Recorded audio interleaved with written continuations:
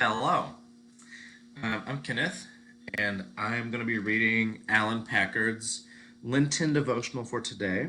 And I actually don't wear glasses. But yeah, here's Alan's bio real quick. Alan Packard. Alan Packard and his wife, Judy, moved to Bella Vista in 2007 from Wisconsin. Is that how they say it? They joined the church in September of that year. Alan has been a lifelong Methodist, having lived in many Midwest states from the time he was a young child. Most of the congregation knows him from his teaching the Disciple Bible Study, which is also how I know him, classes, and Golden Links Sunday School class. He is past president of the United Methodist Men and currently serves as secretary. He recently took responsibility as charter organization representative, it's a mouthful, of the Boy Scouts, now that our church is a sponsor of the Boy Scouts. You can find all of this on your phones, on your laptops, whatever. Church website, fumcbellavista.com. Look into the camera. And when you get to the church website, there's a little tab that says Lent. And click on that, and then click on Lent Devotionals.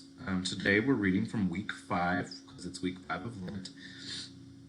And I'm going to be reading Saturday, March 28th, Lenten Devotional written by Alan. And shout out to my friend Carl, who gave us this Bible as a present a few years ago from my old church. We love you. It is a New King James Version, which is what Alan chose as his Bible version, whatever, for his reading. It's from John chapter 9, verses 35 to 31. And so here is that. Jesus heard that they had cast him out. And let's be clear here, the him is not Jesus. The him, H-I-M-H-Y-M-N. The him here is the man who was born blind. So it's they're talking about the blind man when they say him in this passage at the beginning. Jesus heard that they had cast him out, and when he had found him, he said to him, "Do you believe in the Son of God?"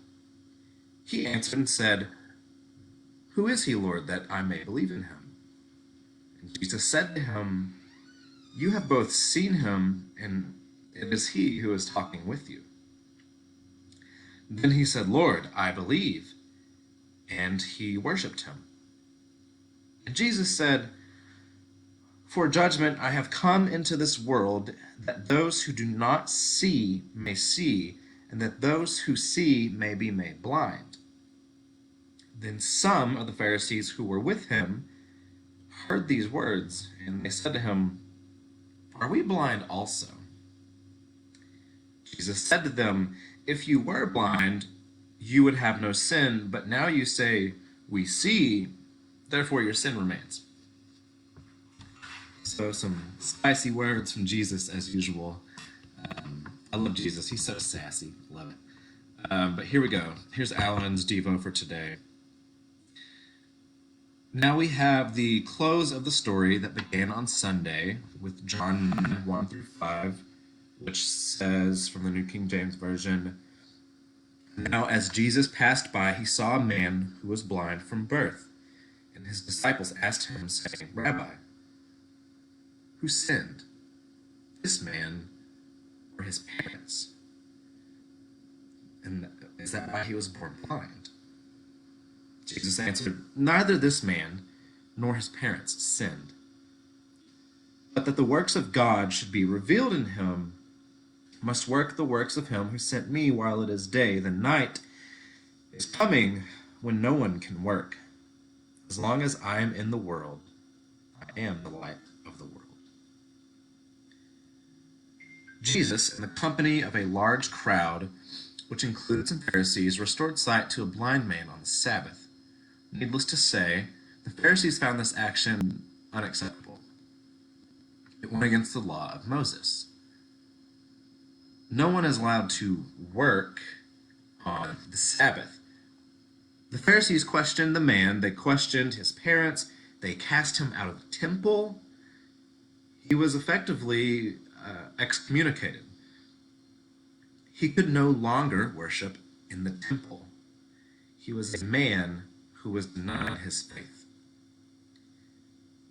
Jesus went to find the man, and they met. He asked him, "Do you believe in the Son of God?"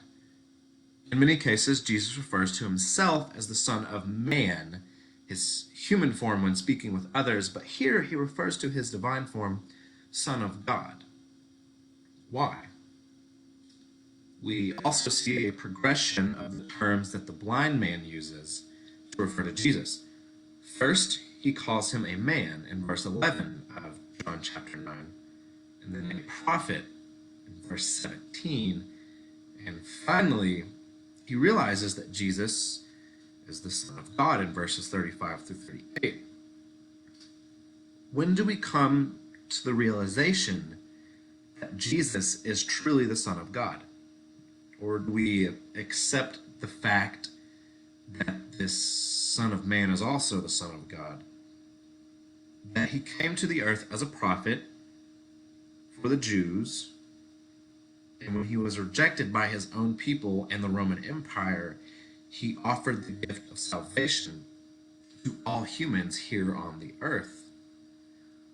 All we have to do is recognize and accept him and offer him our lives as he sacrificed.